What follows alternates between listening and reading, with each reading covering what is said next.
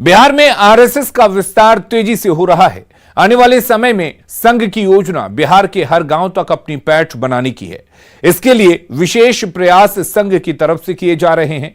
सियासी दृष्टि से देखा जाए तो आरएसएस मिशन 2025 में जुट गया है और इसी को लेकर सियासत भी तेज हो गई है। आखिर क्या है संघ और सियासत का ये कॉकटेल, समझते हैं इस रिपोर्ट के जरिए।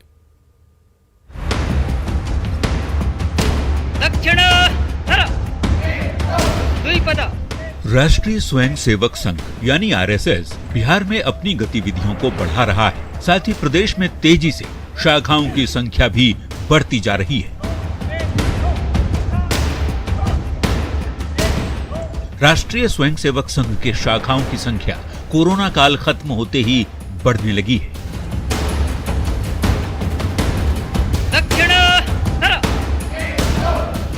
दरअसल बिहार में आरएसएस दो भाग में बांटकर संगठन के विस्तार पर फोकस कर रहा है, उत्तर बिहार और दक्षिण बिहार। एक अनुमान के मुताबिक 2021 में 1033 जगहों पर 1405 संघ की शाखाएं लगती थी, लेकिन 2022 में 1074 स्थानों पर 1476 शाखाएं लग रही हैं। पिछले साल 533 साप्ताहिक मिलन और 97 संघ मंडली लगी थी। इस साल बिहार में 545 साप्ताहिक मिलन और 168 मंडली लग रही है। ये तस्वीरें पटना के राजेंद्र नगर मैदान की है, जहां सुबह सुबह जुटते हैं संघ के सदस्य और फिर शुरुआत होती है योग, ध्यान और मंत्रोच्चार की। 2005 के बाद से बिहार में आरएसएस की शाखाएं लगातार तेजी से बढ़ती जा रही है। इस वक्त हम आपको तस्वीर दिखा रहे हैं, लगातार शाखाओं की संख्या बढ़ती जा रही है और राजधानी पटना में बात करें तो 100 से ज्यादा शाखाएं चलती है। तस्वीर हम आपको दिखा रहे हैं पटना के राजेंद्र नगर शाखा मैदान की, जहां पे सुबह सुबह में आरएसएस के जो लोग हैं वो यहाँ पर मैदान में एकत्रित हुए हैं। तो अब कोरोना के बाद से शाखाएं बढ़ी है और 2025 तक का अपना लक्ष्य है कि जो हमारा शहरी क्षेत्र है उसके हर 10,000 की आबादी पर हम लोगों ने एक बस्ती की रचना की है। तो हर बस्ती तक हमको शाखा को लेके जाना है। राजधानी पटना के दूसरे पार्क की ये तस्वीर है एसके पुरी इलाके की, जहां हर दिन संघ की मंडली लगती है और इससे जुड़े लोग भी जुटते हैं।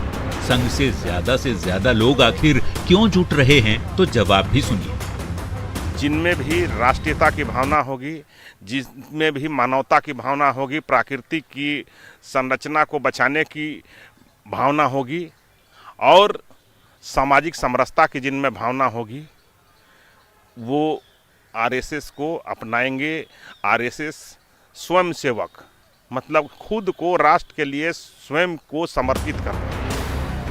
जाहिर है बिहार में संघ का विस्तार तेजी से हो रहा है, तो सत्तारूढ़ जेडीयू और आरजेडी के नेता संघ के बहाने बीजेपी पर निशाना साध रहे हैं। बीजेपी वाले लोग जो है आरएसएस के एजेंडे पर जो काम करे थे, जिस कारण हम लोग अलग हुए हैं और आज जो है समाजवादी विचारधारा के दो बड़े दल जनता दल यूनाइटेड, आरजेडी एक साथ हुए हैं। माननीय मुख्यमंत्री हमारे पूरे देश के विपक्षी दल को बीड़ा उठाए हैं एक करने का और भाजपा को हटाने का और देश को बचाने का लिए, जो देश में नफरत का माहौल खड़ा करने के लिए कहीं ना कहीं शाखाएं स्थापित करके अपने को मजबूत करना चाहते थे।